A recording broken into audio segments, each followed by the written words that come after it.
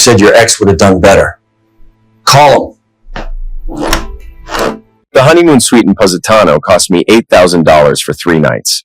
Marble floors, panoramic view of the Mediterranean, champagne chilling in crystal buckets. Everything perfect for my new wife, Sarah. Everything except her mouth. My ex would have gotten me the penthouse suite, she whispered, as we stood on the balcony, her wedding dress still hanging in the closet behind us. I'm Jake Morrison, 42 years old, security consultant, ex-Army. I've defused bombs in Middle East and negotiated with terrorists in Somalia. But nothing prepared me for that sentence from my wife of exactly 6 hours. Really? I said, keeping my voice level. Your ex would have done better? Sarah shrugged, sipping her champagne like she hadn't just detonated our marriage.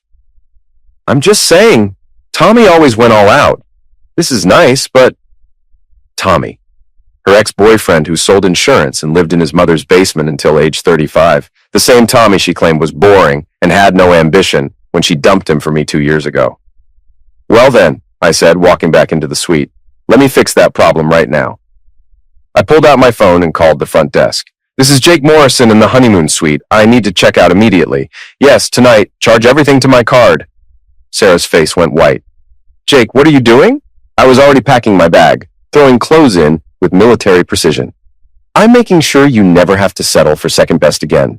You can call Tommy from the lobby. I'm sure he'll wire you money for the penthouse. You can't be serious. We just got married.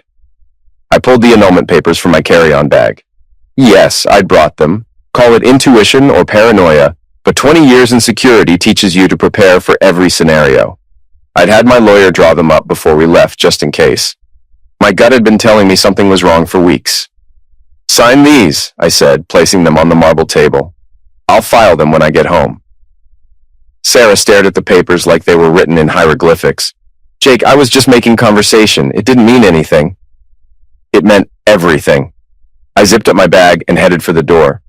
Oh, and Sarah? I'm canceling your credit cards. All of them. The joint account, too. You've got about 30 minutes before they stop working. Her face went from white to red. You fool. You can't leave me here with no money. Watch me. I paused at the door. Call your parents, or better yet, call Tommy. Maybe he'll upgrade you to first class. I walked out, leaving my wife of 6 hours standing in her silk negligee, holding annulment papers in a foreign country where she didn't speak the language. The elevator ride down felt like the longest minute of my life, but also the most liberating. The hotel concierge looked surprised when I handed over my key card at midnight. Sir, is everything all right? Your wife will be checking out separately, I said. Different flight, different life. I caught the last flight to Rome, then the first connection to Boston. 18 hours later, I was back in my downtown apartment, looking at the city skyline and wondering how I'd gotten married to a woman who was already comparing me to her ex before our wedding night was over. My phone buzzed constantly during the flight. Sarah, calling from the hotel room, then from the lobby, then from what sounded like a police station. I didn't answer. Let her figure it out. She was a successful real estate agent, always bragging about her problem-solving skills. Here was a problem to solve. The apartment felt different when I walked in. Cleaner, quieter. I poured myself a scotch and sat down at my desk to write the first entry in what would become my revenge journal. Day 1. Marriage lasted 6 hours. Wife's first mistake was mentioning her ex. Her second mistake was thinking I wouldn't do anything about it. She's about to learn that I don't make idle threats. 3 days later, Sarah made it home. Her parents had wired her money for a commercial flight coach class. She looked like she'd been through a blender when she showed up at my apartment. Jake, we need to talk. No, we need lawyers. I already filed the papers. She pushed past me into the apartment. You humiliated me. The hotel staff was laughing. I had to beg strangers for help. You humiliated yourself. I just provided the opportunity. Sarah's face twisted into something ugly. You think you're so smart, don't you? Well, congratulations, Jake. You just made the biggest mistake of your life. Sarah moved back in with her parents, but she didn't go quietly. Within a week, she'd hired a lawyer and started what she called her campaign to destroy Jake Morrison. She posted on social media about her abusive husband who abandoned her in a foreign country. She told our friends I'd had a psychotic break. She even filed a complaint with the Better Business Bureau about my security consulting firm, claiming I was unstable and dangerous. What Sarah didn't know was that I'd been recording our conversations for months. Not illegally, Massachusetts is a two-party consent state, but my lawyer had taught me some tricks. Every argument we'd had in public places, every dinner conversation in restaurants, every fight in the car, all perfectly legal to record with the right equipment. I also had something else Sarah didn't know about.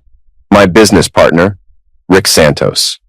Rick was my old Army buddy, a former intelligence specialist who now ran background checks for corporate clients. Rick owed me his life from a firefight in Kandahar, and he'd been suspicious of Sarah from day one. "I never liked her," Rick said when I called him.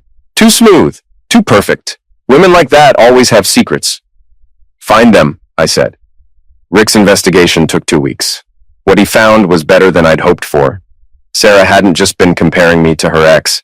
She'd been in contact with him the entire time we were together. Text messages, emails, even a few phone calls the week before our wedding. But the real prize was her best friend, Lisa Chen, a PR specialist who worked for the mayor's office. Lisa had been helping Sarah plan what they called Operation Upgrade, a systematic plan to marry me for my money, then divorce me within 2 years and take half of everything. The text messages Rick found were incredible. Sarah, "Jake's so gullible. He actually thinks I love him." Lisa, "Just remember the plan. 2 years minimum for maximum payout. Massachusetts divorce law is very friendly to wives." Sarah, "I can't wait to get rid of him. Tommy and I are going to buy a house in California with Jake's money." Tommy, the insurance salesman. They'd been planning to get back together all along.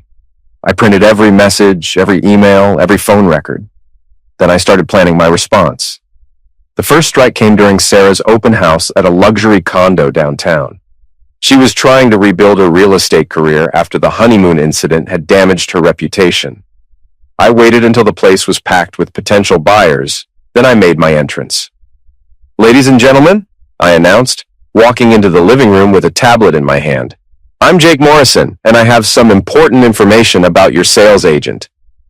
Sarah's face went white when she saw me. "Jake, what are you doing here?" "Providing full disclosure," I said, connecting my tablet to the big screen TV she'd set up for her presentation. "I think potential clients should know who they're dealing with."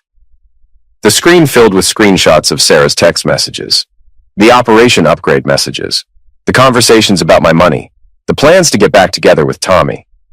"As you can see," I continued in my best briefing voice, "Miss Sarah Morrison, though she's going back to her maiden name Patterson, has some interesting views on honesty and commitment." The room erupted. Potential buyers started laughing, taking pictures with their phones. Sarah's broker, a stern woman named Margaret Walsh, looked like she wanted to crawl under the marble countertop. "These are fake!" Sarah screamed. "He's stalking me! He's having a breakdown!" "The metadata is all here," I said calmly, switching to the technical details screen Rick had prepared. Timestamps, IP addresses, phone records, everything authenticated by a licensed private investigator. I handed out business cards to everyone in the room. "If anyone needs security consulting services, I'm very thorough." As you can see, Sarah tried to grab the tablet from me. I held it over my head. At 6'2", I had 8 inches on her. She jumped for it like an angry cat, which made for even better photos for the buyer's social media posts. "Jake Morrison, you are a dead man!" she screamed as I walked out. "Not yet," I called back, "but your career might be..." Margaret Walsh fired Sarah the next day. The story spread through Boston's real estate community like wildfire. Patterson's revenge disaster became legendary among agents. Sarah's professional reputation was destroyed. But I wasn't done. Not even close. The fallout from the open house incident split our social circle down the middle.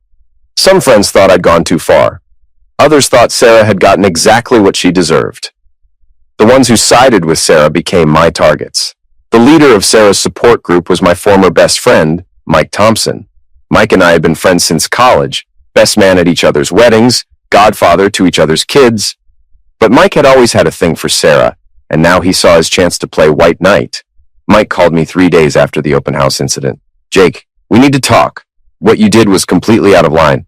"Which part? Exposing her lies or defending myself?" "You humiliated her in public. That's not the Jake I know.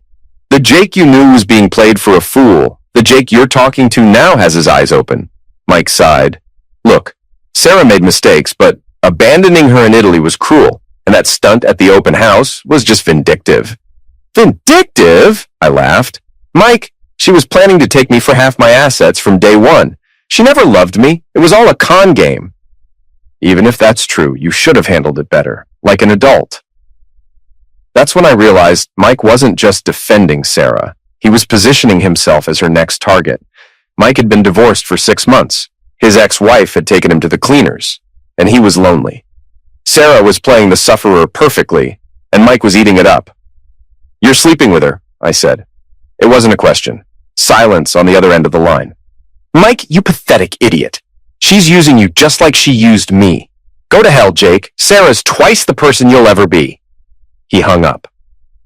Within an hour, I got similar calls from 3 other friends. Dave Chen, Lisa's husband, which explained his position, Jennifer Walsh, no relation to the broker, and Tom Rodriguez from my gym. All of them had bought Sarah's sufferer story. All of them thought I was the villain. Fine. If they wanted to play sides, I'd show them what a real villain looked like. Rick's investigation expanded to include my former friends. What we found was fascinating. Mike Thompson, the righteous defender of poor Sarah, had been cheating on his ex-wife for 2 years before their divorce. Dave Chen was embezzling from his construction company. Jennifer Walsh was having an affair with her boss. Tom Rodriguez was selling steroids out of the gym. Everyone had secrets. Everyone had vulnerabilities. I started with Mike because his betrayal hurt the most. Mike worked as a financial advisor for a prestigious firm downtown.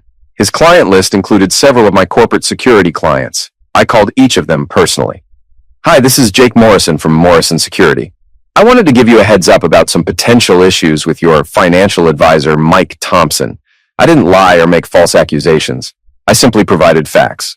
Mike's gambling problem, which had contributed to his divorce, his recent poor investment choices that had lost clients' money, his new relationship with a woman who was currently involved in a messy annulment proceeding. I'm not saying Mike is dishonest," I told each client. "I'm just sharing information that might be relevant to your business relationship."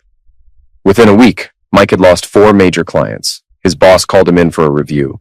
His perfect post-divorce life was crumbling. Dave Chen was easier. I sent his company's HR department an anonymous tip about his creative bookkeeping, along with copies of invoices that didn't match his reported expenses. The IRS got the same information. Jennifer Walsh discovered that her affair partner's wife had received detailed photos of their hotel meetings. Tom Rodriguez found health inspectors conducting surprise visits to the gym, along with DEA agents asking questions about supplement sales. I didn't break any laws. I didn't plant evidence or make false accusations. I simply made sure the right information reached the right people at the right time. My former friends got the message. Mike called first. "You son of a witch, you destroyed my career. Your gambling and bad investments destroyed your career. I just helped speed up the process. This isn't over, Jake." "Yes, it is. Unless you want me to share the really interesting stuff I found." Mike's voice got quiet. "What stuff?" I had photos of Mike's gambling debts, including IOUs to some very unpleasant people in South Boston. Mike's financial problems were worse than even his ex-wife knew. "Stay away from Sarah," I said. "Stay away from me. Rebuild your life somewhere else and we'll call it even." Mike moved to Florida 2 weeks later. The others fell in line quickly after that. Dave Chen stopped returning Sarah's calls. Jennifer Walsh blocked her on social media. Tom Rodriguez suddenly became very busy whenever Sarah wanted to meet for coffee.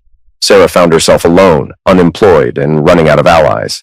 But she still had one card to play, her family. And that's when things got really interesting. Sarah's brother, Danny Patterson, was everything I despised about entitled rich kids. 35 years old, never worked a real job, lived off a trust fund from his grandfather's textile fortune. Danny had always resented me because I'd made my own money while he'd inherited his. When Sarah called for backup, Danny was eager to play the role of protective big brother. The confrontation happened at Murphy's Tavern, an upscale bar near downtown Boston where Danny liked to hold court with his trust fund friends. He'd called me, demanding a meeting to settle this like gentlemen. I knew it was a setup, but I was curious to see what Sarah's family had planned. Danny was waiting in a corner booth with 2 of his prep school buddies, James Whitmore III and Charles Chip Vandenberg. Old money names, new money attitudes. They looked like they were auditioning for a country club catalog. "Jake," Danny stood up with fake enthusiasm. "Thanks for coming. We need to talk about Sarah." I sat down across from them, keeping my back to the wall out of habit. "What about Sarah?" "What you did to her was unacceptable," James said, leaning forward. abandoning her in Italy, destroying her career, turning her friends against her. It stops now. Or what? I asked. Chip smiled like he thought he was intimidating. Or we make your life very difficult. We have connections, Jake.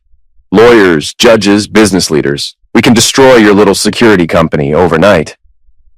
I looked at the three of them. Soft hands, expensive clothes, never been in a real fight in their lives. You think you can threaten me? We're not threatening, Danny said. We're explaining reality. Sarah made a mistake, maybe several mistakes, but she's family. And we protect family. She tried to steal half my assets through fraud. That's not a mistake. That's a felony. Prove it in court, James said. Oh, wait, you can't, because you'll never get that far. We'll bury you in legal fees before you can say annulment. The bartender, a thick-set guy named Patrick, who I'd known for years, was watching our table carefully. Patrick was ex-Marine, and he could smell trouble brewing. Here's what's going to happen, Danny continued.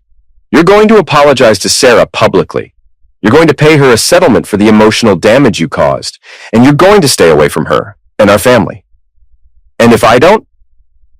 Chip pulled out his phone and showed me a photo. It was me leaving my apartment building that morning. We know where you live, where you work, where you eat breakfast. We can make your life very uncomfortable. That's when I started laughing. Really laughing. The kind that makes people nervous. You think you're scaring me? I stood up, and all three of them instinctively leaned back. Danny, you've never been in a fight in your life. James, you got kicked out of Harvard for cheating on your economics final. And Chip, your daddy's law firm is being investigated by the FBI for money laundering. Chip's face went white. How did you... I'm a security consultant, you moron. I investigate threats for a living. Did you really think I wouldn't run background checks on Sarah's family? I pulled out my own phone and started reading. Danny Patterson, arrested for cocaine possession in 2019, charges dropped thanks to daddy's connections. James Whitmore III, currently being sued by his ex-business partner for embezzling $40,000 from their startup. Charles Vandenberg, suspended from the Massachusetts bar for 6 months last year for ethics violations. Danny stood up, his face red with anger. You son of a witch! I grabbed his wrist before he could swing at me, applying just enough pressure to make him wince. Sit down, Danny. Before you do something, you'll regret. Let go of me. Gladly. I released his wrist, and he stumbled backward into his chair. Now listen carefully, because I'm only going to say this once. Sarah is a con artist who tried to steal my money. You three are pathetic trust fund babies who think money makes you tough. You don't scare me. You don't intimidate me. And you sure as hell don't threaten me. James started to say something, but I cut him off. I have enough dirt on all of you to destroy your lives. Danny's pill habit, James's embezzlement, Chip's ethics violations. That's just the beginning. You want to play hardball? I invented hardball. I leaned forward, lowering my voice so they had to strain to hear me. Here's what's actually going to happen. You're going to go back to Sarah and tell her the cavalry isn't coming. You're going to stop maltreating me, stop following me, and stop making threats. Because if you don't, I'm going to release everything I have on your entire family. You're bluffing, Chip said, but his voice shook. I pulled out a thick manila envelope and dropped it on the table. Danny's pill dealer's phone records, showing regular contact for the past 3 years. James's bank statements showing mysterious deposits that don't match his reported income. Chip's client files, showing clear ethics violations that the Bar Association missed. All three of them stared at the envelope like it was a bomb. And that's just the preview, I continued. The full package includes photos, video surveillance, and witness statements. Everything legally obtained, everything admissible in court. Danny's voice was barely a whisper. What do you want? I want you to leave me alone. I want Sarah to accept the annulment and move on with her life. And I want all of you to understand that I'm not the sufferer here. I'm the guy who fights back. I stood up and threw a 20 on the table. Drinks are on me, gentlemen. Consider it a going-away present. As I walked toward the door, Danny called out, This isn't over, Jake. I turned back, smiled, and said loud enough for the whole bar to hear, Yes, it is. Unless you want everyone in Boston to know what's in that envelope. Patrick the bartender gave me a nod as I left. 3 days later, I heard through mutual friends that Danny Patterson had checked himself into rehab. James Whitmore had left town to visit family in California. Chip Vandenberg was taking a leave of absence from his law practice. Sarah's family reinforcements had retreated, but I still had one final move to make. 2 months after the bar confrontation, Sarah made one last desperate play. She'd found a new job at a small real estate firm in Cambridge, started dating a divorce lawyer named Kevin Murphy, no relation to the tavern, and was trying to rebuild her image as a survivor of domestic misuse. The domestic misuse angle was her masterstroke. No physical violence, no police reports, no medical records, just emotional misuse and abandonment.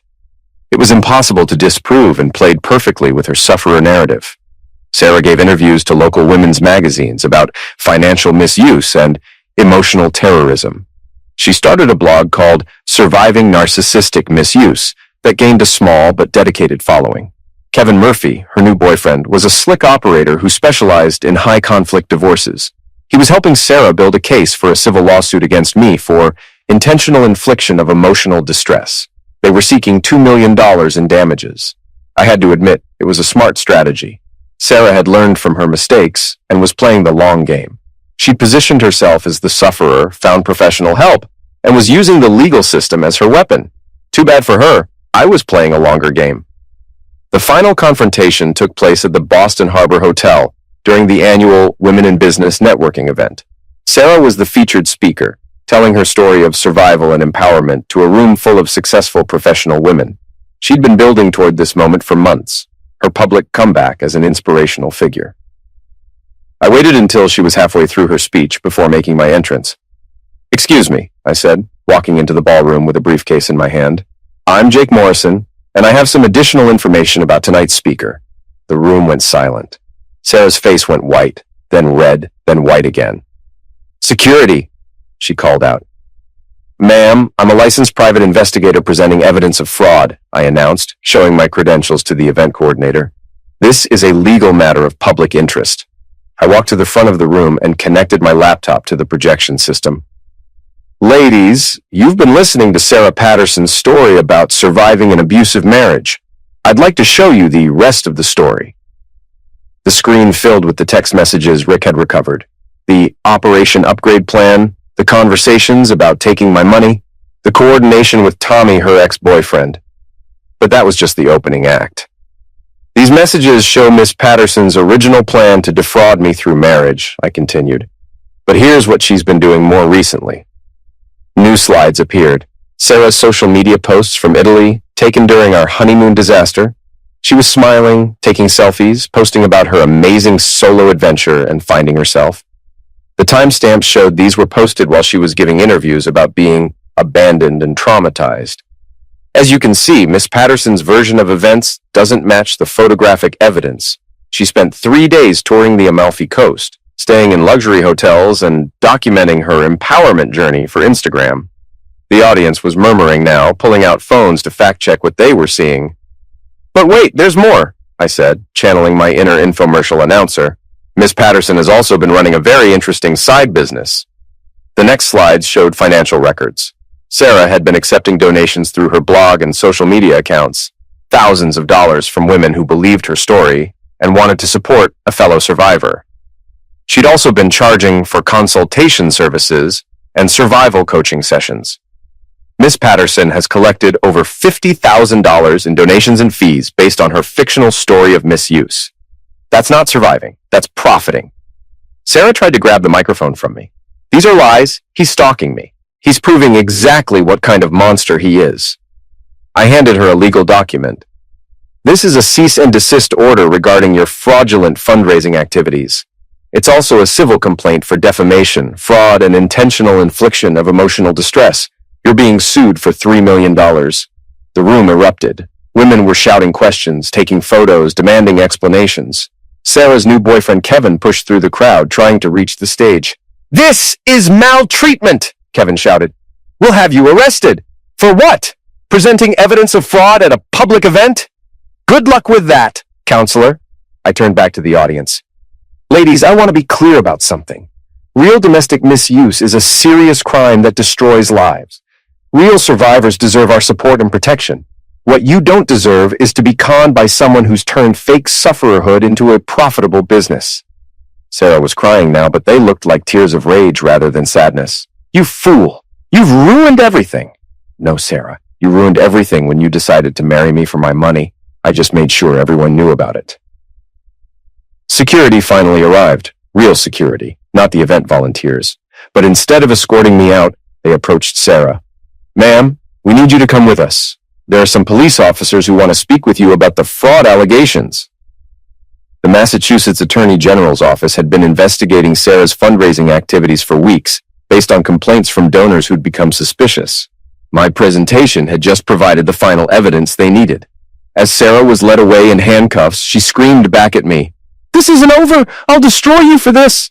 "Actually," I called back, "it is over. Enjoy prison." Kevin Murphy tried to follow Sarah out, but 2 FBI agents stopped him at the door. Turns out Kevin had been helping Sarah launder the donation money through his law firm's client accounts. He was looking at disbarment and federal charges. The event coordinator approached me as the room cleared out. "Mr. Morrison, that was quite a presentation." "I believe in truth in advertising," I said, packing up my laptop. "The women here tonight, they're going to want to verify everything you showed them. Everything is documented and verified. I've provided copies to the authorities and the media. Your members can access the public records themselves." 6 months later, Sarah pled guilty to wire fraud and money laundering. She got 18 months in federal prison and was ordered to pay full restitution to her sufferers. Kevin Murphy was disbarred and got 3 years for his role in the money laundering scheme. Danny Patterson completed his rehab program and moved to California, where he got a job at a non-profit organization working with obsession recovery. James Whitmore paid back the money he'd embezzled and started working at his family's business. Chip Vandenberg left the legal profession and became a real estate agent. Tommy, Sarah's ex-boyfriend, sent me a thank you card. Apparently, Sarah had been planning to take him for everything he was worth too, once she finished with me. I kept the thank you card framed in my office, right next to the newspaper clipping about Sarah's sentencing. Both served as reminders that sometimes the best revenge is simply telling the truth. My security consulting business thrived after the publicity from Sarah's case. Apparently, exposing fraud and protecting clients from con artists was exactly the kind of reputation I wanted in my industry. I never remarried, but I dated occasionally. I always ran background checks first, though. Call it paranoia, but some lessons are worth learning. Sarah was released from prison after 14 months for good behavior. She moved back in with her parents and got a job as a cashier at a grocery store. Her criminal record made it impossible to return to real estate or any other profession requiring a license. Last I heard, she was dating a guy who worked in the store's deli department. He seemed nice enough.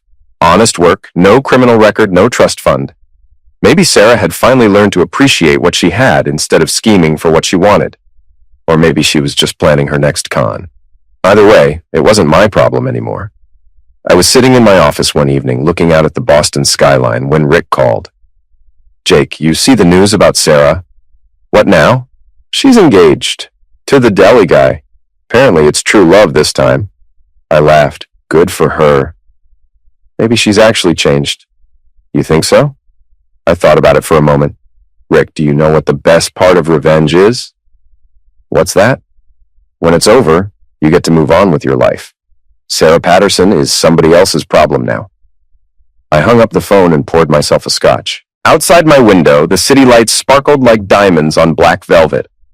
Somewhere out there, Sarah was probably planning her next wedding, dreaming of her next fresh start. But that was her story now. Mine was just beginning.